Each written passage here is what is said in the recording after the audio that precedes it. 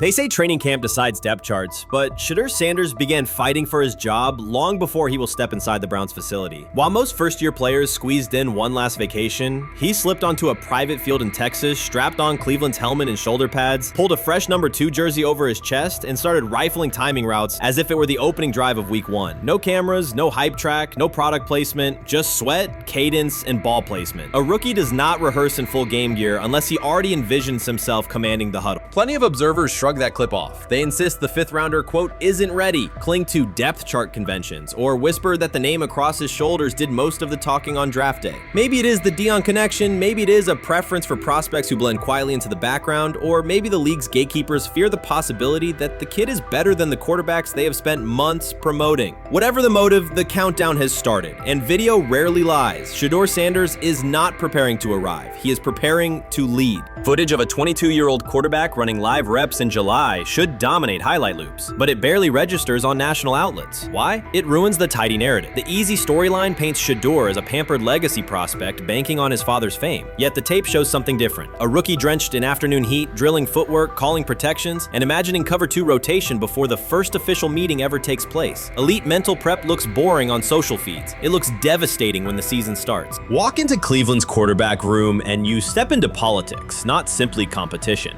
Joe Flacco, a Super Bowl MVP in decline, carries institutional trust. Kenny Pickett, rescued from Pittsburgh's reset, carries hometown intrigue. Dylan Gabriel, the 3rd-round system fit, carries draft capital the staff must justify. And then there's Shedeur, the lightning rod whose presence alone spotlights every bias in the evaluation process. Coaches frame it neatly. Rookies must wait their turn. The truth is less polite. Practice snaps are currency. Perception is elastic, and early allocations already favor Pickett and Flacco. It is the oldest playbook in the league. Lock vets into the headline roles before pads even crack. Then let repetition shape reality.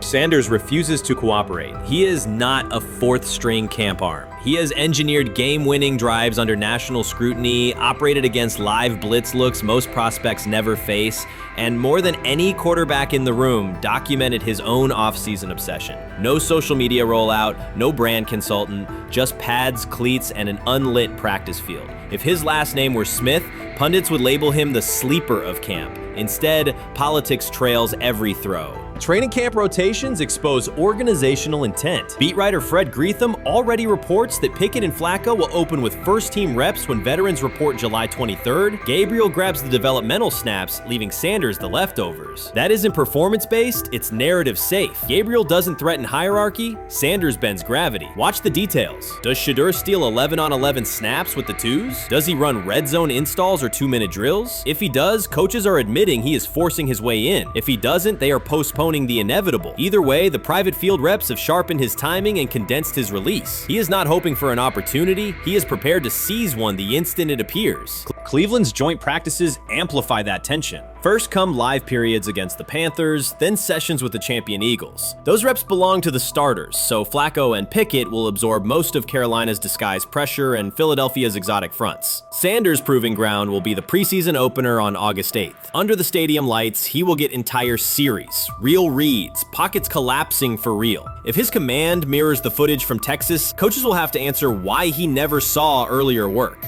Reps are scarce. 10 padded practices separate veteran arrival from game 1. Even an even split, something that never happens, would hardly suffice. Instead, the staff will funnel snaps toward the comfortable choices. That strategy can bury a rookie, but it can also spark an eruption when limited opportunities turn into highlight drives. One flawless touchdown march in the second half of a preseason game, and the dog pound will chant his name. Then the staff's narrative control evaporates. Criticism of Sanders has never matched the scrutiny applied to his peers. Analysts nitpick a ball pat, a foot angle, a pump fake, Pickett's inconsistency, Flacco's diminishing velocity, Gabriel's college system crutches. Discuss politely, if at all. With Shedeur, the critiques arrive as coded doubts. Does he rely on the family brand? Is he coachable? Can he stay humble? That double standard is as old as the league's resistance to outspoken black quarterbacks. Add Dion's unapologetic persona, and each Sanders rep becomes a referendum on establishment comfort levels. Shedeur answers not with rebuttals but with work captured in silent footage more deafening than any debate show monologue.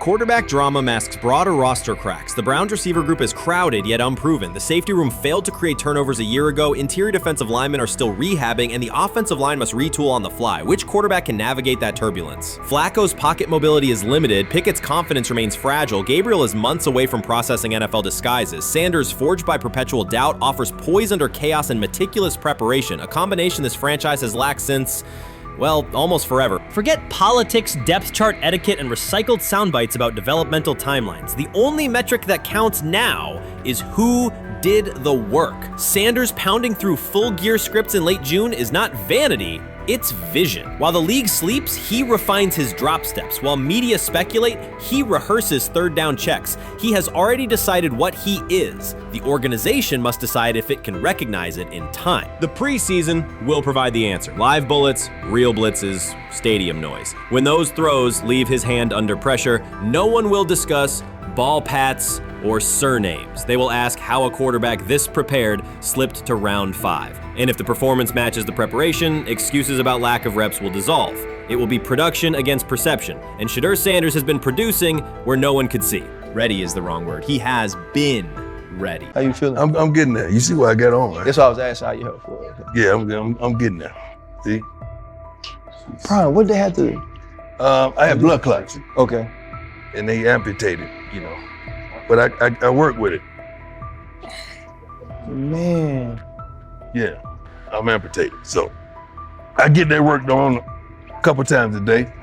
Keep the blood circulating, blood flowing, but it's a new normal. And the best thing about here, we have a whole medical team on the second floor. Right. We have a whole medical floor, which is great. Deion Sanders is shaken, this time not by a hit on the field. In a sudden turn, Ryan Clark has uncovered a serious plot affecting Shedeur Sanders' NFL draft status, and the disclosure is reverberating across the sports community. What once looked like a simple scheduling delay may actually be a calculated effort to undermine Deion's son. The facts suggest intentional sabotage, a breach of trust, and repercussions that could be far-reaching. This is no routine football headline. It is personal, and Coach Prime did not see it coming. The sports world loves to celebrate underdogs, yet it often takes even greater pleasure in tearing down rising stars. Deion Sanders is witnessing that cycle now, not from the sidelines as Coach Prime, but as a father. The lights in Boulder remain bright, the cameras keep rolling, and Sanders still wears his gold watches, sunglasses, and natural swagger. Still, behind that familiar smile is a man carrying deep pain as criticism aimed at his son mounts daily. How much of that is opening press conference saying, okay, we are family, saying that he was sent to do certain things? Do you feel like people got attached to that, or it just was the fact that prime time is at Jackson State? It's prime time. If my son plays cornerback, I want him to be around, in my opinion, the best cornerback ever to touch the field. That's right. If my son played DN, I'd have to talk to you and tell me who's coaching the DNs. That's but right. I was sending my son to That play greatness. for prime. His pain does not come from critics or losses, but from watching his son, Shedeur Sanders, get pulled into a system where politics outweigh performance. By every metric, arm strength, accuracy, field vision, Shedeur belonged in the top 3 of any NFL mock draft. Defensive coordinators who tried to unsettle him know he never flinches. He owns the unteachable leadership trait that turns strong prospects into franchise cornerstones. Then the narrative shifted. Draft boards that once placed him 2nd or 3rd slid him to 5th, then 12th, and eventually out of the 1st round on some lists. Analysts grew cautious, executives became vague. The statistics stayed strong, and the game film still proved his ability, yet the buzz evaporated. The abrupt silence felt deliberate and wrong. Former NFL safety and respected analyst Ryan Clark then delivered an unfiltered disclosure, not on a scheduled TV segment, but in an unscripted comment. He stated plainly that influential figures inside the league were not overlooking Shedeur Sanders. They were actively holding him back. The motive, Clark said, was political, and the real target was Deion Sanders, Hall of Famer, architect of Jackson State's resurgence, and the coach who turned a 1-11 Colorado program into a national headline. Deion's refusal to conform, wearing sunglasses indoors, dancing with players, speaking candidly, challenged an establishment that favors predictable images and rehearsed statements. According to Clark, that resistance to tradition was not forgotten. When Shedeur displayed the same mix of talent and confidence, concern spread through front offices and media circles. Questions about leadership style and attitude surfaced. coded language for discomfort with a quarterback who mirrors his outspoken father. Clark's point was clear.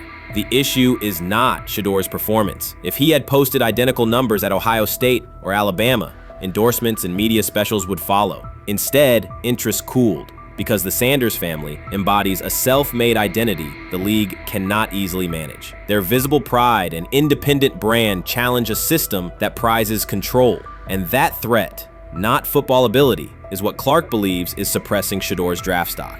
So the Shedeur Sanders, I want to talk about this. So here's a prime example. Shedeur Sanders, they had 3-day mini camp for the Cleveland Browns. And now Jimmy Haslam actually has some money. The Bengals owners and the Rooneys are near the bottom of the league in net worth. But what the Browns have is what I would call the Buffalo Bills used to have this years ago, pre-Josh Allen. What are Browns veterans saying about Shedeur Sanders behind closed doors? According to internal discussions, the feedback goes beyond casual praise. Several veterans describe his performance as franchise level. Private locker room conversations compare his command of the offense to established starters. And one senior assistant reportedly called him Sunday ready after a single walkthrough. The consensus is that front office staff and coaches have taken serious notice. Inside the Browns facility, informal conversations circulate among players and coaches. These remarks carry significant weight in personnel evaluations and often influence practice rotations. When veterans speak this strongly, the message typically reaches decision makers quickly, especially during roster planning. In short, the internal perception of Sanders is already affecting how the staff views the current quarterback depth chart. Browns vets kind of weigh in on Shedeur Sanders and how he's been since he arrived in Cleveland, in Pound Town. And I think it's very, very important that we discuss it because it'd be really easy for these vets to, this wasn't like a on the record interview. This is just kind of back channels into what the vets are saying, the rumors, but the sources telling us. And we have a couple quotes, but Shedeur Sanders, Cleveland Browns, it seems like it's going well. And it's almost like you don't want to talk about it. At the center of the growing internal buzz is Shedeur Sanders, the rookie who entered Berea with late-round expectations but is being discussed privately as a potential long-term starter. This is not a routine camp tale about an extra arm taking practice snaps. Sanders has seasoned teammates, players with playoff mileage, quietly reassessing his ceiling. Observers who overlook these conversations risk missing one of Cleveland's most deliberate personnel moves in years. Sanders is not on the roster because of his surname. The Browns reviewed their quarterback depth, weighed costs, and chose a controlled, development-oriented option they believe can stabilize the position. His presence is already changing practice dynamics. Veterans notice his pocket awareness, adjust routes to his timing, and acknowledge that he processes coverage at an advanced level for a first-year player. Leadership patterns in the huddle feel different. Sanders delivers with precision and composure that challenge defenders to reevaluate their calls. The strategic upside is clear. A 4-year rookie contract offers cap flexibility while other franchises cycle through expensive stopgaps. Coaches and front office staff view Sanders as a calculated investment, not a publicity experiment. Outside chatter still focuses on Joe Flacco's age or Kenny Pickett's development. Inside the facility, however, veterans pause film sessions to dissect Sanders' ball placement and progression speed. Position coaches highlight clips where he works through reads decisively and delivers on time, traits rarely attributed to rookies. Sanders' confidence is measured rather than theatrical. He moves as though the NFL tempo is familiar, and that calm spreads across the roster. Experienced defenders are rechecking the depth chart and asking if the quarterback competition is tighter than publicly acknowledged. Great kid, and whether it's a following that he's earned, I mean, that's something that he's done a great job of interacting with fans, and but he is a great kid. You guys will get to know him more. He's working like crazy, just like all the guys.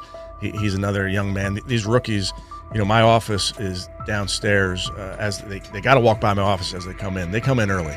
And Shedeur, just like all those guys, he's in there early. He's getting his work done. He has not yet secured the starting job. Evaluations so far come only from brief practice periods, no comeback drives, no national headlines, just steady execution in shorts and helmets. In a league that celebrates splashy debuts, Shedeur Sanders is earning trust rep by rep. Veterans typically withhold judgment until late in camp, yet several are already studying his footwork and and timing, which suggests genuine respect. Inside the building, coaches sense that the Browns may have finally found a stabilizing presence at quarterback. Cleveland's recent history underscores why this matters. The team has started 9 quarterbacks over the past 2 seasons, an indicator of instability rather than depth. Sanders arrives with composure, arm strength, and a well-known surname, so any sign of readiness is magnified. Financial context also plays a role. The Browns are allocating a significant portion of the salary cap to Deshaun Watson, whose performance has not matched that investment. To manage costs, the front office signed 4 additional quarterbacks on low-impact contracts. Together, they account for far less than Watson's annual cap figure. If Sanders continues on his current trajectory, that structure could give Cleveland both competitive clarity and much-needed financial flexibility. He's the only person who's come out and say, hey man, this dude look kind of good, man. Let me tell you what I heard. A lot of people reaching out to players in the locker room and stuff. To me, I think this is, it's a red herring. Like, I'm supposed to suspend myself to this belief that he was going to look bad. I've never expected him to look bad to start with. The 5th round quarterback stuff, that's involving perceptions, pre-draft analysis, and other teams. Cleveland's veterans have endured every kind of quarterback turmoil: poor reads, major injuries, shaken confidence, and sideline disputes. When a young quarterback like Shedeur Sanders steps in and appears composed rather than overwhelmed, people notice. The attention comes not just from coaches and reporters, but from the linemen and defensive leaders who have watched previous backups struggle. They are not exchanging doubts, they are sharing nods of approval. Sanders demonstrates instinctive pocket awareness, reliable accuracy, and steady poise, qualities that quickly circulate through team conversations. After years of instability under center, the Browns need someone who can remain calm and effective deep into the season. Although expectations have fallen over time, genuine interest is growing. Praise is coming from teammates who rarely commend anyone unless his performance demands it. Chris Carter's televised assessment of Shedeur Sanders triggered immediate pushback from Cleveland fans, local media, and even several Browns veterans. Carter dismissed Sanders, a 5th-round pick, as unprepared to start, and framed the growing interest around him as purely a byproduct of surname recognition. Since that segment aired, practice reports have told a very different story. Observers inside the Browns facility describe a rookie quarterback who is closing the gap on Kenny Pickett and Dillon Gabriel with surprising speed. Sanders first turned heads in rookie minicamp by directing the huddle with a calm that belied his inexperience. Position coaches reported that he rarely repeated mental errors during installation periods, a trait they rank highly when grading young quarterbacks. In organized team activities, he showed consistent timing on intermediate routes, kept turnover numbers low in 7-on-7 periods, and demonstrated early command of Kevin Stefanski's protection calls. That steady execution earned him a handful of first-team snaps, reps that would ordinarily have belonged to Pickett by default. By mandatory minicamp, the rotation had shifted again. Practice notes from beat reporters detail the rise in Sanders' workload each day. Red zone series against the starting defense, 2-minute drills, and full field scrimmage possessions in which he checked out of called plays when fronts dictated it. Mary Kay Cabot, initially skeptical Sanders would challenge for game day snaps in 2025, wrote after consecutive sessions in mid-June that his footwork, release speed, and pocket management had, quote, meaningfully tightened since rookie camp. Her tone marked a clear departure from early spring projections that labeled Sanders a long-term developmental project. The broader quarterback context in Cleveland magnifies that progress. Deshaun Watson's availability and form remain uncertain after 2 injury-interrupted seasons, while Pickett's transition from Pittsburgh has been uneven. Dillon Gabriel's arm strength is evident, but coaches continue to stress hesitation in his full-field reads. Against that backdrop, Sanders' quick decision-making and mechanical efficiency have begun to look less like a pleasant surprise and more like the roster's most reliable short-term plan. Inside the locker room, acceptance has followed performance. Wide receivers cite Sanders' ball placement on outbreaking routes, noting that the ball routinely arrives on the upfield shoulder, a small but essential detail that allows for yards after the catch. Offensive linemen appreciate his pocket awareness. Joel Bitonio remarked privately that Sanders slides up instead of bailing when edge pressure flashes. Defensive backs say his eye discipline forces them to hold coverage longer than they expected against a rookie. Such cross-positional respect develops only when day-to-day tape shows tangible improvement. The reaction to Carter's critique highlights a recurring double standard applied to young black quarterbacks. Traits celebrated as swagger or confidence in other players were labeled arrogance when associated with Sanders, yet the quarterback himself has not responded publicly. There have been no subtle social media jabs, no mention of critics and interviews, only repeated references to competing for every rep and learning from veterans. That measured approach, combined with hard evidence from practice, has softened earlier doubts among coaches who prioritize demeanor as much as arm talent. Within the coaching staff, the discussion now centers on readiness thresholds. Stefanski's scheme relies heavily on quick rhythm throws, defined reads, and disciplined pocket movement. Those requirements align with Sanders' strengths: a compact release, willingness to target the middle of the field, and instinctive timing on RPO concepts carried over from his college tape. Staffers reviewing cut-ups from joint practices note that his internal clock already approximates NFL speed, a metric they did not expect to see until mid-season at best. If that trajectory continues through preseason games, the Browns face a consequential decision. Starting a 5th-round rookie 6 weeks after training camp opens would unsettle salary cap assumptions, depth chart politics, and external perceptions of organizational stability. Yet the internal mandate remains clear: the most prepared quarterback will play. That standard places Sanders in genuine contention because every practice metric used to grade readiness, turnover ratio, red zone efficiency, third down conversion rate has trended in his favor since early June. The organizational stakes are considerable. Cleveland has cycled through starting quarterbacks at a startling pace over the past decade, shifting from first-round investments like Baker Mayfield to high-cost gambles such as Watson, each move packaged as the long-awaited solution. A rookie chosen outside the first 100 picks ascending to the top of the depth chart would challenge long-held league assumptions about draft pedigree and opportunity. It would also validate the evaluation philosophy that prioritized Sanders' intangibles: processing speed, leadership presence, over conventional arm strength thresholds that pushed him down the draft board. Carter's televised remarks now sit awkwardly alongside daily updates from Berea. His critique relied on pre-draft labels and the presumption that a late-round passer with a famous father would need a redshirt year. Practice film contradicts that stance. Sanders checks protections at the line, manipulates safeties with shoulder fakes, and has reduced turnover-worthy throws and full-speed sessions to single digits. Statistics normally cited for veteran backups, not rookies. The longer that evidence accumulates, the more Carter's comments appear rooted in legacy bias rather than objective performance review. None of this guarantees Sanders will open the season under center. Preseason defenses test quarterbacks in ways practice cannot. Defensive coordinators will disguise pressure and boundary rotation to force late decisions. Sanders must show he can adjust protections and exploit mismatches without the benefit of a controlled environment. Yet within the Browns facility, the conversation has shifted from if he will be ready to when. Quiet confidence from Amari Cooper and other veterans suggests they believe Sanders can steady an offense searching for consistency more than highlight reel heroics. Sanders' rise also affects long-term roster calculus. If he earns the job and performs competently, Cleveland gains starter-level production on a cost-controlled rookie contract, freeing cap space allocated to other positions. That scenario could reshape roster-building strategy in a division featuring Joe Burrow and Lamar Jackson, quarterbacks whose contracts consume significant percentages of team payroll. A capable, low-cost starter would allow the Browns to reinforce their offensive line and secondary while retaining core veterans, a competitive advantage few teams enjoy. For now, the focal point remains daily improvement. Sanders continues to arrive before sunrise, reviewing the previous day's install with the quarterback coach, then staying after practice to throw on-air routes with receivers low on the depth chart. Coaches track those habits closely because consistent routine underpins performance when adversity strikes in live games. Each incremental gain strengthens the argument that readiness depends on preparation and aptitude, not draft slot. Carter's segment reminded the league how quickly assessments can become outdated when they lean on perception over evidence. Sanders' steady climb up the depth chart underscores the counterpoint. In the NFL, tape is the final arbiter. Should Sanders translate practice efficiency to preseason success, the Browns may discover that the solution to their long-standing quarterback riddle arrived quietly in the 5th round, carrying little more than confidence and a willingness to work.